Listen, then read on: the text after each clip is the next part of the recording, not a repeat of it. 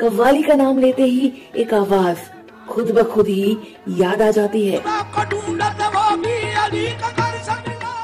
उस आवाज और अंदाज को, वो हाथों को हिलाना और चेहरे पर संजीदगी का भाव, आज भी वो सब कुछ हमें किसी दूसरी दुनिया में ले जाने पर मजबूर कर देता है।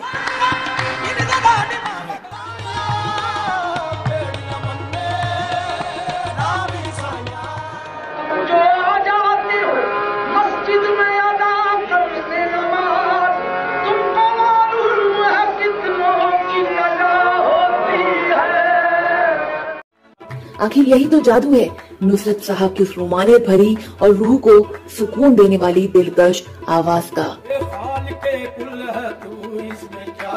उस पर गायकी के साथ नुसरत साहब का वो हाथों को हिलाने का नायाब अंदाज आज भी लोगों के दिलो दिमाग पर राज करता है। आइए जानते हैं शहंशाह कव्वाली उस्ताद नुसरत फतेह अली खान की जिंदगी और गायकी से जुड़ी कुछ दिलनवाज बातें।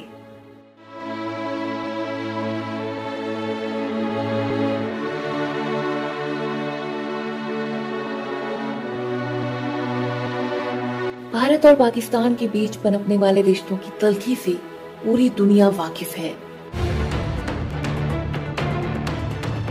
लेकिन जहां इन तल्खियों की वजह से दोनों देशों के रिश्तों में कड़वाहट खुलती है, वहीं इन दोनों देशों के बीच एक ऐसा भी रिश्ता है जो इनके रिश्तों की तमाम कड़वाहटों को दोस्ती और प्यार के रंगों से रंग देता है।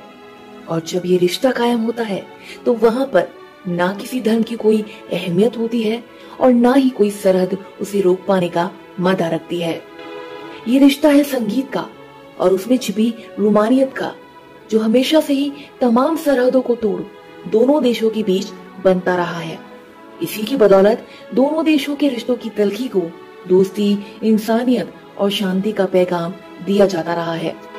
बात जब सरहद के उस पार पाकिस्तान की आती है तो वहाँ के फनकारों की एक लंबी फहरिस्त है, जिन्हें भारत में न सिर्फ पसंद किया गया बल्कि उन्हें यहाँ बेशुमार प्यार भी मिला। भारत में पाकिस्तानी फनकारों की बात करें तो इनमें सबसे बड़े नाम को पूरी दुनिया में लोग शहंशाह कव्वाली के नाम से ही पहचान जाते हैं।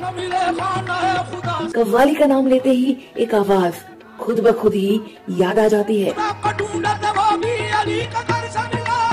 वो आवाज जो दिल को चीरती हुई मानो 7वें आसमान तक पहुंच जाती है। आवाज के उस अनूठेपन और रूहानियत को आज भी कोई चाहकर भी भुला नहीं सकता। उस आवाज और अंदाज को, वो हाथों को हिलाना और चेहरे पर संजीदगी का भाव, संगीत का वो उम्दा प्रयोग, शब्दों की शानदार रवानगी, वो उम्दा कलाम और उस आवाज की खनक, आज भी वो सब कुछ हमें किसी दूसरी दुनिया में ले जाने पर मजबूर कर देता है। जी हाँ, हम बात कर रहे हैं कव्वाली किंग उस्ताद नुसरत फतेह अली खान की, जिनकी गजलें और कव्वालियां आज भी पूरी दुनिया में शांति का पैगाम पहुंचाने का काम करती हैं।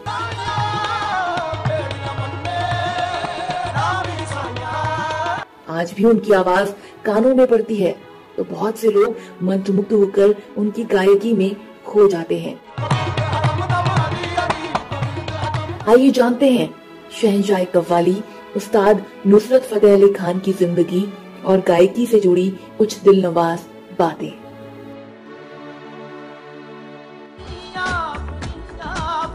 सूफियाना शैली के मशहूर कव्वाल नुसरत फतेह अली खान के गायन ने कव्वाली को पाकिस्तान से आगे बढ़कर अंतर्राष्ट्रीय स्तर पर पहचान दिलाई। कव्वालों के घराने में 13 अक्टूबर 1948 को पंजाब में उस समय लायलपुर के नाम से पहचाने जाने वाले आज के फैसलाबाद में जन्मे नुसरत फतेह अली खान का परिवार विभाजन के दौरान जलंधर से आया था। नुसरत साहब अपने पिता की 5वीं संतान थे, जिनका जन्म के समय परवेज नाम रखा गया था, जो बाद में किसी बुजुर्ग के कहने पर नुसरत कर दिया गया। उनसे बड़ी 4 बहनें थी और उसके बाद एक छोटा भाई भी हुआ। उनके पिता उस्ताद फतेह अली खान साहब स्वयं बहुत मशहूर और मारूफ कव्वाल थे।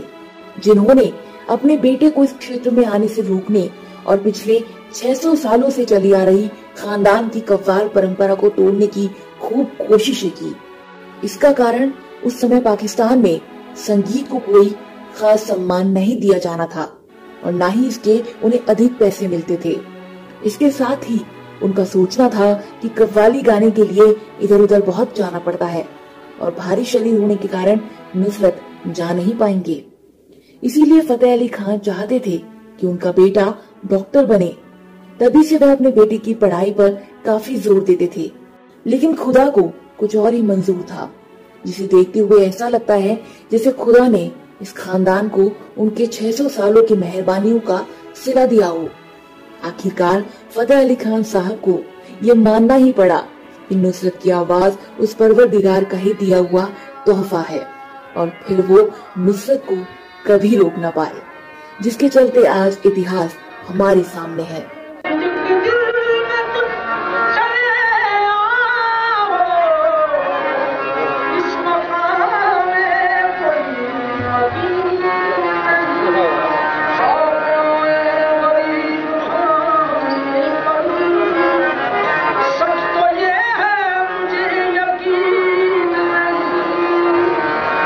क्या शख्सियत,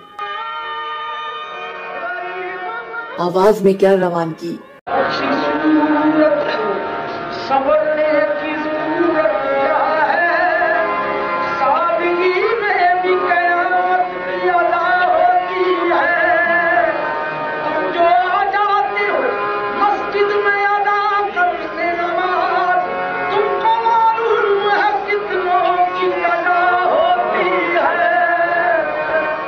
क्या खनकपन, क्या लहरिया।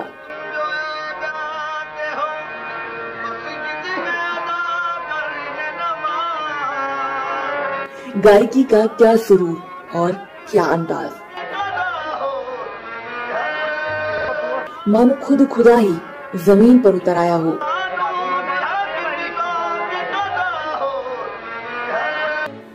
नुसरत साहब के चाहने वाले ये दावे से कह सकते हैं कि जब वे गाते होंगे तो खुदा भी वहीं कहीं आसपास से ही सुनता हुआ मदहोश सा रहता होगा।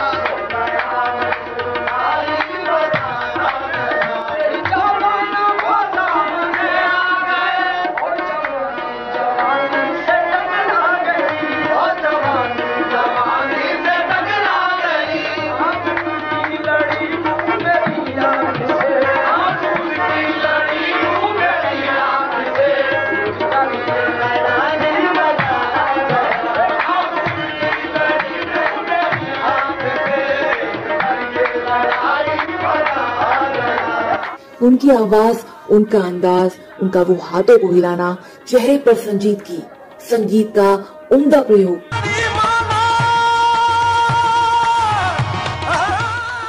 ये सब जैसे आध्यात्म की नुमाइंदगी करते मालूम होते हैं।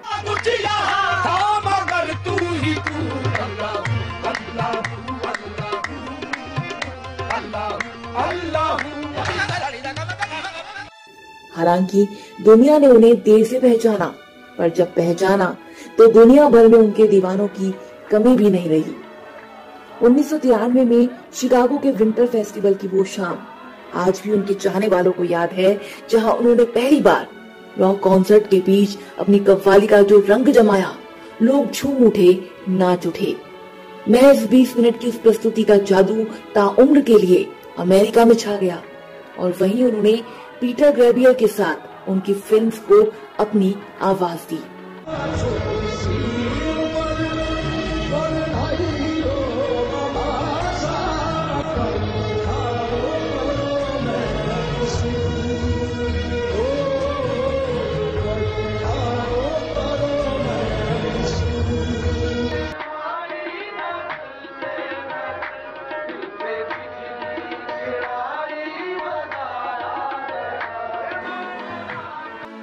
दुनिया भर में जो लोग पंजाबी, उर्दू और कव्वाली समझ भी नहीं पाते हैं, वो उनकी आवाज और अंदाज में मदहोश हो जाते हैं।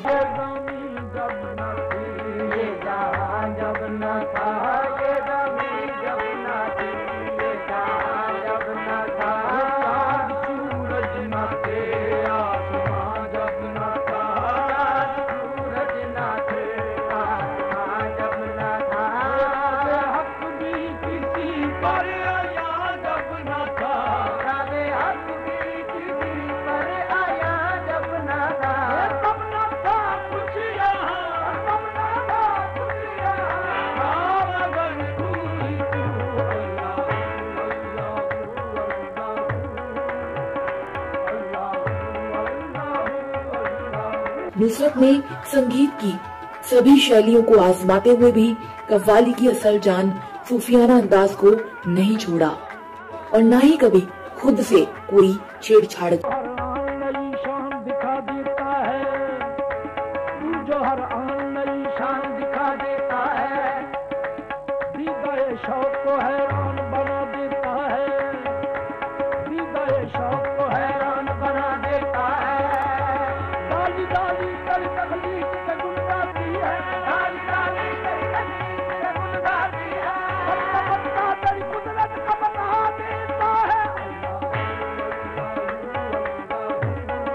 दुनिया यूं ही उनकी दीवानी नहीं है। कव्वाली के वो आज भी बेताज बादशाह कहे जाते हैं। अपने हुनर से उन्होंने गायकी को इबादत बना डाला।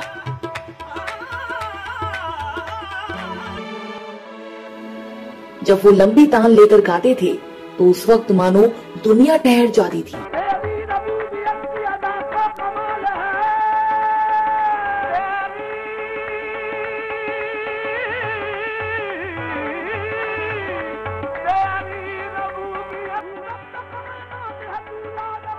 वैसे तो संगीत नुसरत साहब के खून में ही बसा हुआ था, क्योंकि उनका खानदान पिछले 600 सालों से कव्वाली के ही क्षेत्र में था। इसके बावजूद कव्वाली का बादशाह बनना नुसरत साहब के लिए कोई आसान नहीं था। एक इंटरव्यू में उन्होंने बताया कि वे लगातार 10-10 घंटे तक रियाज किया करते थे। अगर वे रात को 10 बजे रियाज शुरू करते तो अगले दिन सुबह 10 बजे तक रियाज चलता। वहीं अगर दिन में शुरू करते तो वह रात तक चलता।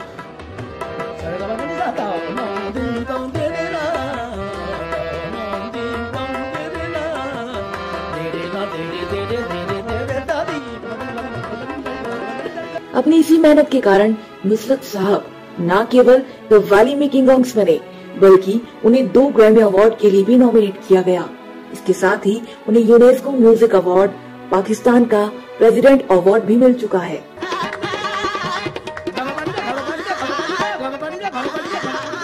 कव्वाली के क्षेत्र में नुसरत साहब की महारत के दम पर ही उनका नाम Guinness book of world record में भी दर्ज है।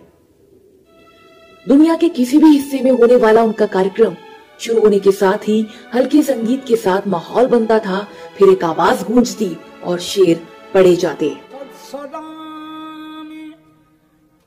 मन बजिस्में पाक बर जाने रसूल ऐ सबा वह पे के मुश्ताका बदर गाहे नबी गो सलामम दस्त बस्ता पेश ऐवाने रसूल। इसके बाद धीरे धीरे संगीत बढ़ता जाता और आवाज जोर पकड़ने लग जाती।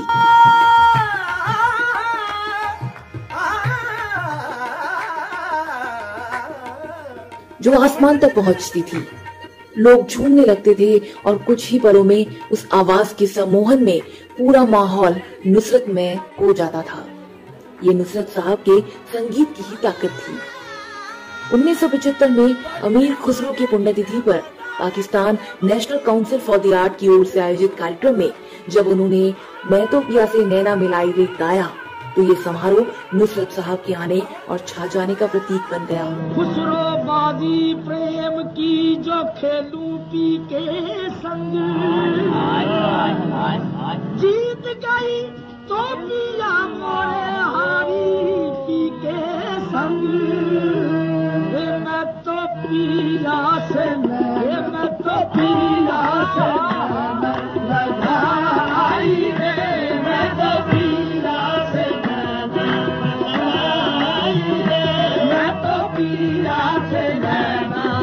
1979 में राज कपूर ने अपने बेटे ऋषि कपूर की शादी में कव्वाली के लिए नुसरत फतेह अली खान को बुलाया, जहां रात 10 बजे से शुरू हुई कव्वाली की महफिल सुबह 7 बजे तक जारी रही। इस दरमियान नुसरत साहब ने 2.5 घंटे तक हल्का हल्का सुरूर गाया। ये वो हल्का हल्का सुरूर है, ये तेरी नजर का कसूर है कि शराब पीना सिखा दिया। उसी दौर में उन्हें अजमेर शरीफ में ख्वाजा मोइनुद्दीन चिश्ती की मजार पर गाने का भी मौका मिला। दुनिया के करीब 40 से ज्यादा मुल्कों में उनके कार्यक्रम हुए और गिनीज वर्ल्ड रिकॉर्ड्स 2001 के मुताबिक उन्होंने 125 एल्बम रिलीज किए। कव्वाली के सफर में 7वें आसमान तक की बुलंदियां छूने वाले कुदरत के इस नायाब फनकार को 16 अगस्त 1997 को किडनी और लिवर फेल होने के बाद किडनी ट्रांसप्लांट के लिए लॉस एंजलिस ले जाया जा रहा था, पर बीच में ही तबीयत ज्यादा खराब होने की वजह से उन्हें लंदन के अस्पताल में ले जाया गया, जहां दिल का दौरा पड़ने से उनका इंतकाल हो गया। भले ही नुसरत साहब प्रत्यक्ष रूप से अब हमारे बीच मौजूद नहीं है, लेकिन उनकी आवाज और दिलकश अंदाज को सुनकर आज भी हर कोई न सिर्फ मदमस्त हो जाता है, बल्कि उन्हें गाते हुए अपने इर्द गिर्द महसूस कर सकता है। आखिर यही तो जादू है नुसरत साहब की रूमानियत भरी और रूह को सुकून देने वाली दिलकश आवाज का। उस पर गायकी के साथ नुसरत साहब का वो हाथों को हिलाने का नायाब अंदाज आज भी लोगों के दिलो दिमाग पर राज करता है।